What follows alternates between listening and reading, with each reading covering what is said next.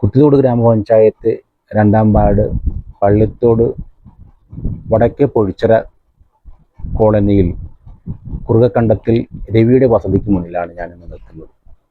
അദ്ദേഹത്തിന് പട്ടണക്കാട് പട്ടികജാതി വികസന വകുപ്പിൽ നിന്നും ഭവന നിർമ്മാണത്തിനായി 2010 70,000 രൂപ കിട്ടി.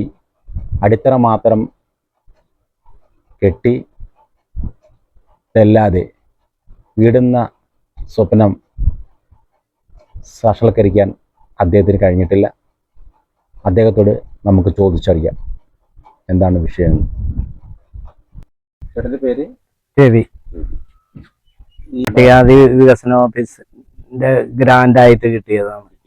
3 സെന്റ്. പിന്നെ 2 സെന്റ് ഞാൻ സ്വന്തം കാശ് കൊടുത്ത് മേടിച്ചത്. അപ്പൊ 5 സെന്റാണ് മൊത്തം മേടിച്ചിരിക്കുന്നത്. അപ്പൊ അന്ന് ഇത് വാങ്ങിക്കുമ്പോൾ ഈ തീരദേശ പരിപാലന നിയമം അന്നില്ലായിരുന്നു.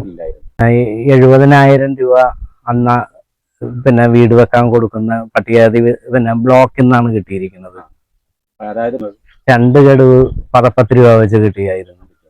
അപ്പൊ ആ 2 ഗഡുവിൽ നമുക്ക് ഈ അടിത്തറ മാത്രമേ കിട്ടാൻ സാധിച്ചുള്ളൂ. അന്നും ഇങ്ങോട്ടൊന്നും വണ്ടി ഓടി വരികയില്ലായിരുന്നല്ലോ. എങ്ങനെ കൊണ്ടുവരുന്നതല്ല, അതൊക്കെ ട്രോളിക്ക് ഞങ്ങൾ അവിടെ നിന്ന് എത്തിക്കുമായിരുന്നു. വള്ളം അല്ലെങ്കിൽ ട്രോളി കൊണ്ടുവരുന്നത്. പിന്നെ ആ ഫണ്ട് കൊണ്ട് തീരുകയില്ലെന്ന് വന്നു കഴിഞ്ഞപ്പോ ഞങ്ങൾ ചെന്ന് 2ാമത് അപേക്ഷിച്ചപ്പോ പറഞ്ഞു, പിന്നെ ഈ ഫണ്ട് തിരിച്ചടച്ചു കഴിഞ്ഞാൽ ഇപ്പൊ ഈ എടുത്തിരിക്കുന്ന 10-20 രൂപ എടുത്തിട്ടില്ലേ, അത് തിരിച്ചടച്ചു കഴിഞ്ഞിട്ടുണ്ടെങ്കിൽ വേറെ വീട് തരാമെന്ന് പറഞ്ഞു. അങ്ങനെ ഞങ്ങൾ ചെന്ന് അന്വേഷിച്ചു കഴിഞ്ഞപ്പോഴെന്ന് പറഞ്ഞിട്ടുണ്ടെങ്കിൽ 20 രൂപ തന്നതിന് 43 രൂപ ഞങ്ങൾ തിരിച്ചടച്ചതാണ്. അതിന്റെ ഇതൊക്കെ ഇരിപ്പുണ്ട്. എന്ന് പറഞ്ഞാൽ 10-15 വർഷം പറ്റേ ആയിട്ടുണ്ടെന്ന്. ലൈഫിൽ കൊണ്ടുപോയി വെച്ച് കഴിഞ്ഞപ്പോ അവര് വീട് അനുവദിച്ച്. അപ്പൊ ഇവിടെ വന്ന് നോക്കിക്കഴിഞ്ഞപ്പോ റോഡുമായിട്ട് വന്നപ്പോ ഏതാണ്ട് 40 പറ്റേ ഉള്ളെന്ന്. 50 മീറ്റർ അകലെ വീട് തരാൻ പറ്റുള്ളൂ. ഈ വാർഡിലെന്ന് പറഞ്ഞിട്ടുണ്ടെങ്കിൽ 50 മീറ്റർ ആരും കാണുകയില്ല. എല്ലാവരും 10, 15, 20 ഒക്കെ ഈ 40 ഒക്കെ കാണുള്ളൂ. ഇപ്പൊ ഒരു വീട് തരാനുള്ള തടസ്സം ഉന്നയിക്കുന്നത് തീരദേശ പരിപാലന നിയമം അനുസരിച്ച് 40 മീറ്റർ 50 മീറ്റർ ഒക്കെയാണ് ഇവർ പറഞ്ഞുണ്ടാക്കി. ഇവിടെ നിന്ന് പറഞ്ഞിട്ടുണ്ടെങ്കിൽ ഒരു 5 കിലോമീറ്റർ ദൂരത്തിൽ പുഴയുടെ അപ്പുറത്തും ഇപ്പുറത്തും താമസിക്കുന്നത് മുഴുവനും പട്ടികജാതിയിൽപ്പെട്ടവരാണ്. അവർക്ക് ആർക്കും ഈ തരത്തിൽ വരികയാണെങ്കിൽ വീട് ഈ വർഷം കിട്ടി.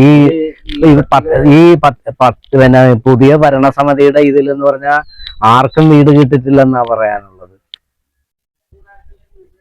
യഥാർത്ഥത്തിൽ പട്ടികജാതി വിഭാഗങ്ങൾ മുഴുവനും പാടശേഖരങ്ങളിലും പുഴയുടെ ഇറമ്പിലുമാണ് താമസം. കാരണം അവരുടെ ഉപജീവന സാധ്യതകളെല്ലാം കാർഷിക മേഖലയും പിന്നെ മറ്റ് ഉൾനാടൻ കൃഷിയായിട്ടൊക്കെ ബന്ധപ്പെട്ടാണ് ജീവിക്കുന്നത്.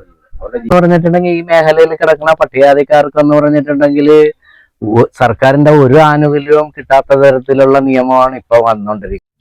ഈ തരത്തിലുള്ള ബുദ്ധിമുട്ടുകൾ അനുഭവിക്കുന്ന വിഭാഗങ്ങളാണ് ഈ പ്രദേശങ്ങളിൽ താമസിക്കുന്നത്. മിക്ക കുടുംബങ്ങളും പാടശേഖരങ്ങളുടെ ചിറകളിലും കായലോര മേഖലകളിലും തോടുകളുടെയൊക്കെ കൈവരികളിലൊക്കെയാണ് ഇവരുടെ താമസം. ഇവിടെ പ്രശ്നങ്ങൾ പരിഹരിക്കപ്പെടേണ്ടതാണ്. സമുദായങ്ങൾ ഇവർക്കുണ്ടെങ്കിലും അതെല്ലാം ഗ്രൂപ്പായി കഷ്ണങ്ങളായി വേർതിരിച്ച് ഛിന്ന ഭിന്നമായി അഭിപ്രായ വ്യത്യാസങ്ങളുണ്ടായി എല്ലാം തമ്മിത്തല്ലി നിൽക്കുന്ന ഒരു കാഴ്ചയാണ് നമുക്ക് മുന്നിൽ കാണുന്നത്. പട്ടികജാതി വികസന വകുപ്പുണ്ട്, പക്ഷേ യഥാർത്ഥത്തിൽ പട്ടികജാതി വികസന വകുപ്പ് ഡിപ്പാർട്ട്മെൻറ്റുകൾ ഇവരുടെ വീടുകളിൽ നിത്യസന്ദർശകരായി എത്തിപ്പെടുന്നില്ല. പ്രൊമോട്ടറുകളുണ്ട്, ആ പ്രൊമോട്ടർമാർ പോലും യഥാർത്ഥത്തിൽ ഇവരുടെ പ്രശ്നങ്ങൾ പരിഹരിക്കാൻ ഔദ്യോഗിക തലങ്ങളിൽ രേഖാമൂലം സമർപ്പിക്കുന്നില്ലെന്നാണ് ഖേദകരം. ഇവരുടെ പ്രശ്നങ്ങൾ പരിഹരിക്കപ്പെടണം, ഇവരുടെ ബുദ്ധിമുട്ടുകൾ പരിഹരിക്കപ്പെടണം, പുതിയ ഭവനങ്ങൾ അവർക്ക് കൊടുക്കണം. കാലപ്പഴക്കം ചെന്ന കാലാവധി കഴിഞ്ഞ ഫണ്ടുകൾ ലാപ്സാക്കി പുതിയ സ്കീമിൽപ്പെടുത്തി ഇവരുടെ ജീവിതങ്ങൾ പഠിച്ച് ഇവരുടെ പ്രശ്നങ്ങൾ പരിഹരിക്കാൻ ഡിപ്പാർട്ട്മെൻറ്റിന് കഴിയണം. അതിന് എല്ലാവരും ഐക്യപ്പെടണം. അങ്ങനെ ഐക്യപ്പെട്ട് ഒരു കുടക്കീഴിൽ നിന്നാൽ മാത്രമേ ഈ വിഭാഗങ്ങൾക്ക് നീതി ലഭ്യമാകുകയുള്ളൂ എന്ന് മാത്രം പറഞ്ഞുകൊണ്ട് ഈ വീഡിയോയുടെ അവസാനിപ്പിക്കുന്നു. നന്ദി, നമസ്കാരം.